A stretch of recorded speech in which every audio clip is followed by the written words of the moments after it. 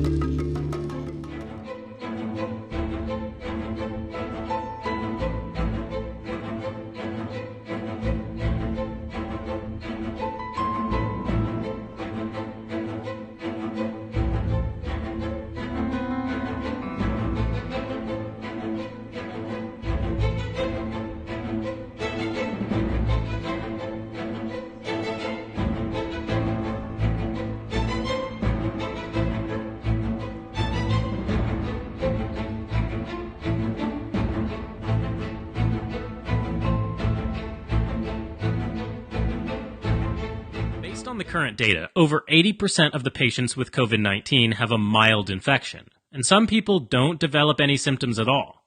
For others, they can develop symptoms that can range from pretty mild, like fever, cough, and shortness of breath, all the way to serious problems, like pneumonia. Severe lung damage can cause acute respiratory distress syndrome, or ARDS, which occurs when the lung inflammation is so severe that fluid builds up around and within the lungs. The severe infection can cause septic shock, which happens when the blood pressure falls dramatically and the body's organs are starved for oxygen. ARDS and shock are the main cause of death for people with the infection. And again, this is most likely to occur in those over the age of 60, smokers, and people with other medical conditions like heart disease. In addition to causing disease, coronaviruses can spread quickly.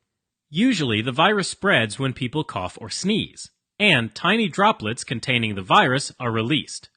These droplets can land on another person's mouth, nose, or eyes, and that allows the virus to enter a new person. When a person with COVID-19 travels to a non-affected area, this is called an imported case.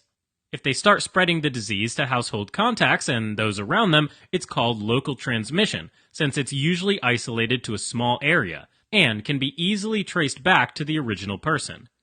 However, when people begin to contract the disease without a clear source, it's called community transmission. To prevent or contain community transmission, some schools and businesses have shut down, and some conferences, sporting events, and other large gatherings have been postponed or canceled. Once a person is infected, symptoms develop about 5 days later. This is called the incubation period. Now, there's debate about how much asymptomatic or pre-symptomatic people, which is to say folks that are in the incubation period, are spreading the disease, and it may be much more than what we originally thought. Viruses are given a reproductive number, or R0, based on how quickly they spread, and person-to-person transmission has been confirmed both in and outside of China. An R0 of 1 means that an infected person passes it on to one new person, An R0 of 2 means that one person spreads it to 2 new people, and so forth. If the R0 is below 1, the infection peters out. If it's at 1, it stays steady. And if it's above 1, then it continues to spread. The current estimate for COVID-19 is an R0 of 2.2. As a point of comparison, the R0 of the flu virus is about 1.3. So COVID-19 spreads quite a bit more easily. To confirm the diagnosis, a reverse transcription polymerase chain reaction, or RT-PCR test, can be done, which can detect very small amounts of viral RNA. It's worth mentioning, however, that early in the disease, the RT-PCR can often miss the infection altogether, meaning that it's not very sensitive. So, if severe pulmonary disease is suspected, a chest CT should also be done to help detect the presence of viral pneumonia.